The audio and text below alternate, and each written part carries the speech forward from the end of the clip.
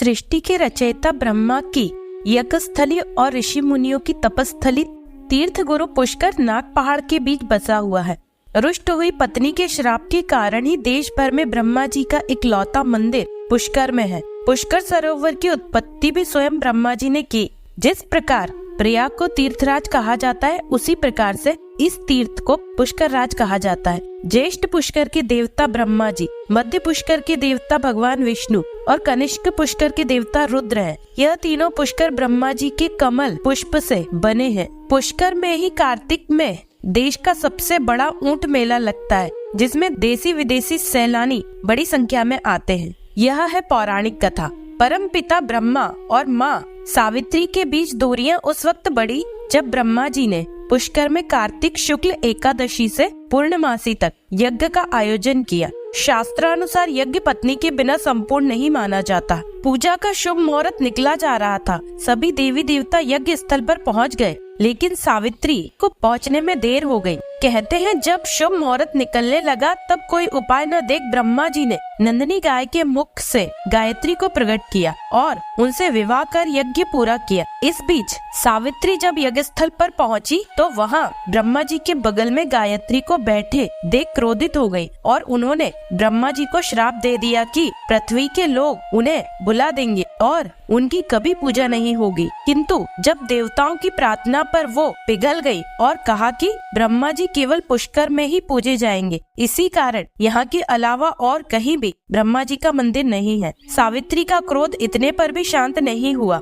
उन्होंने विवाह कराने वाले ब्राह्मण को भी श्राप दिया कि चाहे जितना दान मिले ब्राह्मण कभी संतुष्ट नहीं होंगे। गाय को कलयुग में गंदगी खाने और नारद को आजीवन कुंवारा रहने का श्राप दिया। अग्निदेव भी सावित्री के कोप से बच नहीं पाए। उन्हें भी कलयुग में अपमानित होने का श्राप मिला। पुष्कर में ब्रह्मा जी से नाराज सावित्री दूर पहाड़ों की चोटी पर विराजती हैं। पुष्कर और ब्रह्मा जी के मंदिर के बारे में कुछ दिलचस्प बातें। चांदी के सिक्कों से सजा है ब्रह्मा मंदिर। पुष्कर का प्रमुख आकर्षण ब्रह्मा जी का मंदिर है। इसका प्रवेश द्वार संगमरमर का है और दरवाजे चांदी के बने। मंदिर का निर्माण संगमरमर पत्थर से हुआ है तथा इसे चांदी के सिक्कों से सजाया गया है। इन सिक्कों पर दानदाता के नाम खुदे हैं। वही मंदिर की फर्श पर एक रजत कछुआ है। देवी सरस्वती के वाहन मोर के चित्र भी शोभा बढ़ाते हैं। ब्रह्मा जी की 4 मुखों वाली मूर्ति को चौमूर्ति कहा जाता है। यह भगवान शिव को समर्पित एक छोटी गुफा भी बनी है। पुष्कर में कुल 500 मंदिर और 52 घाट है। हिंदू धर्म ग्रंथों के अनुसार भगवान ब्रह्मा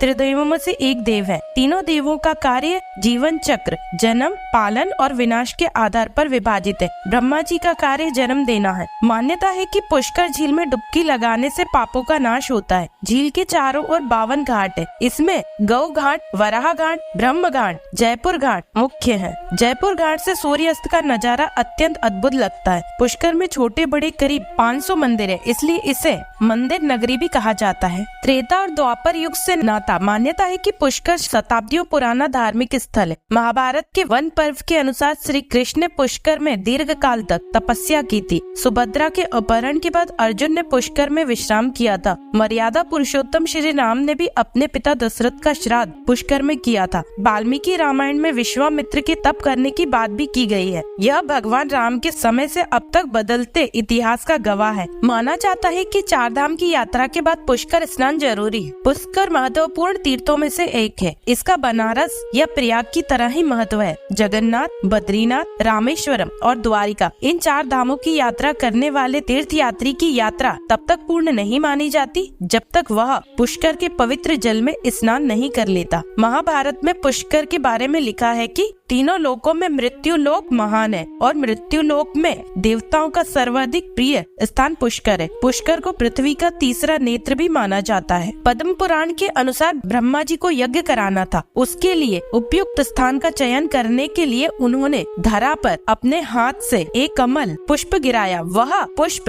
अरावली पहाड़ियों के मध्य गिरा और लुढ़कते हुए 2 स्थानों को स्पर्श करने के बाद तीसरे स्थान पर ठहर गया। जिन 3 स्थानों को पुष्प ने धरा धरा को स्पर्श किया, वहाँ जलधारा फूट पड़ी और पवित्र सरोवर बन गए। सरोवरों की रचना एक पुष्प से हुई, इसलिए इन्हें पुष्कर कहा गया। प्रथम सरोवर कनिष्ठ पुष्कर, द्वितीय सरोवर मध्य पुष्कर कहलाया। जहाँ पुष्प ने विराम लिया वहाँ एक सरोवर बना, जिसे ज्येष्ठ पुष्कर कहा गया। ज्येष्ठ पुष्कर ही आज पुष्कर के नाम से विख्यात है। सावित्री से मांगती है पति की लंबी उम्र। क्रोध शांत होने के बाद भी सावित्री पुष्कर के पास मौजूद पहाड़ियों पर जाकर तपस्या में लीन हो गई और फिर वहीं की होकर रह गई। कहते हैं कि यहीं रहकर सावित्री भक्तों का कल्याण करती है। पुष्कर में जितनी अहमियत ब्रह्मा जी की है, उतनी ही सावित्री की भी है। सावित्री को सौभाग्य की देवी माना जाता है। यह मान्यता है कि यहाँ पूजा करने से सुहाग की लंबी उम्र होती है। यही वजह है कि महिलाएं यहाँ आकर प्रसाद के तौर पर मेहंदी, बिंदी और चूड़ियाँ चढ़ाती है और सावित्री से पति की लंबी उम्र मांगती है। पुष्कर पंच तीर्थ में से सबसे पवित्र तीर्थराज पुष्कर को सब तीर्थों का गुरु कहा जाता है। इसे